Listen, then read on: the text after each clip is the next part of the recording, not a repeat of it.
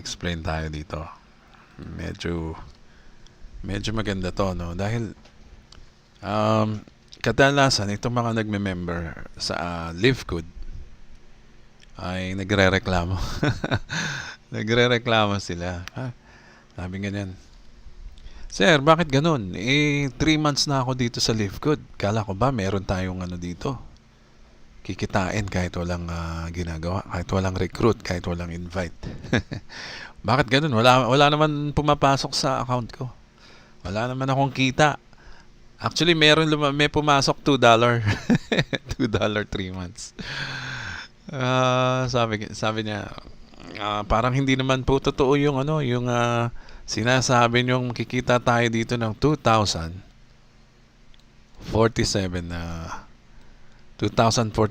US dollars per month. Hindi naman ata sir totoo yan eh. Baka naman binobola lang tayo ng Livegood. Okay, ganito yan. Delete natin dito. Ganito yan, di ba kamo 3 months. 3 months, wala ka pang kita, no? $2 lang, nakita mo. Meron pumasok at least $2. Pero ganito yan, no? Sa buong isang taon, 12 months, multiply mo yung, magkano ba yung subscription natin? Di ba, $9.95, o gawin na lang natin $10. O di, para sa madali kwentahin, $120 yan, no? $120 ang subscription mo sa buong isang taon. Yan, 1 year yan, ha? 1 year. Ang hirap magsulat sa mouse. Okay, meron ka pang binayaran na 40. Ito yung ating marketing materials and membership, no? Kasama na dyan. One time lang naman yan. One time, no? Isang beses. So, lumalabas plus 40 equals how much na yan? 160. Ayang $160 na yan, tandaan mo $160, lumalabas lang yan sa peso, mga magkano nga ba yun nilagay ko dito? Ayan, 8,800 na lang natin yan sa peso na yan, ha? Okay, so isang taon yan lang ang kailangan mo, yung 8,800 na yan. Halika, compute natin ngayon. Nanghihinayang ka ba sa 8,800 per year? Actually, yung minus na yung $40 sa susunod na year dahil bayad na tayo one time lang.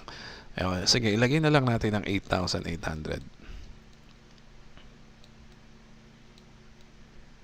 Yan ang babayaran mo sa buong isang taon. Ano sabi mo? Ika-third month,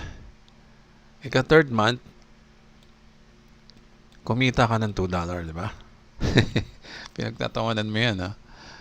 Okay, ganito yan mangyayari dyan. Ito yung matrix natin. Bali, yan ang pinupuno natin para maging $2,047. Yan ang pinupuno natin, ha? O, ika fourth month, palagay na natin ang nangyari dyan, dumoble. O, naging $4 na yan. Reds, $4 lang, fourth month na ako. Ba't gano'n? Nanliit naman.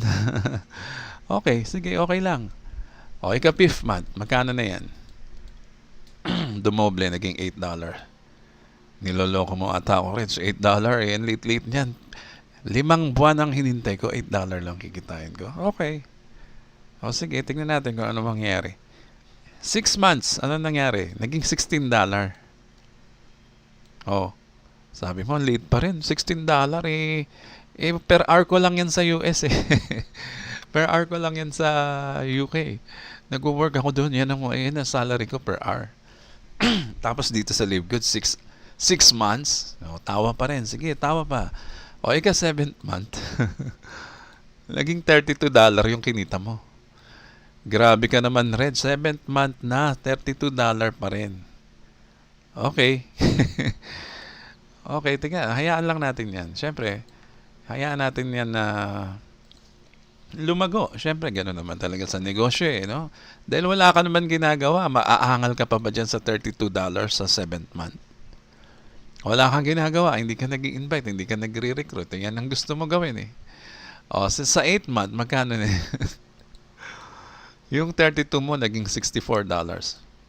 Reg naman, $64, wala pa yan sa salary ko per day. Ang liit niyan, 8 months ko hinintay, $64. O sige, pagdating ng 9th month, magkano na yan? 128.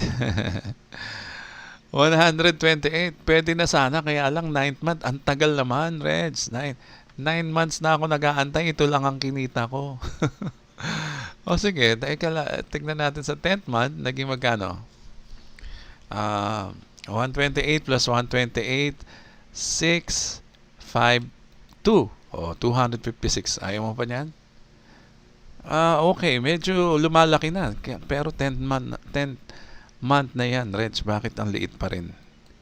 256 lang. Asa na yung 2047 mo? O sige, tingnan natin sa 11th month. Magkano na yan? Naging 2, 1, 5. 512.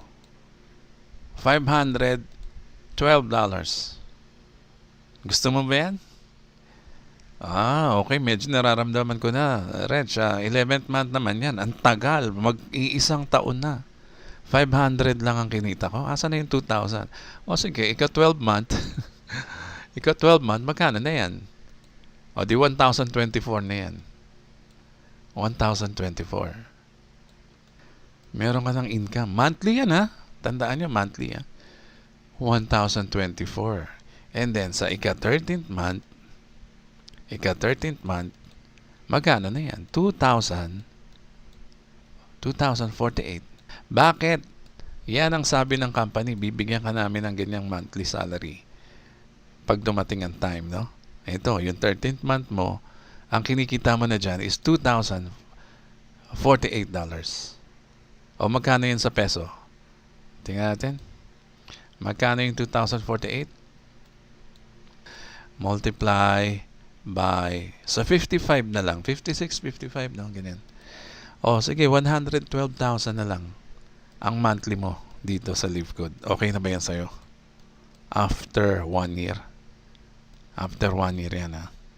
Meron kang 112,000 pesos month after month after month after month. Kasi hanggang dyan ka lang eh. Kasi hindi ka nagtrabaho, hindi ka nag-recruit, hindi ka nag-invite. Hanggang dyan ka lang. 112,000 pesos ka lang a month. O magkano puhunan mo? Sa buong isang taon, magkano binayaran mo? 8K lang. Grabe. Yung 8K, manghihinayang ka ba dyan kapalit ng 112K? O, di ba? So, anong gagawin mo ngayon?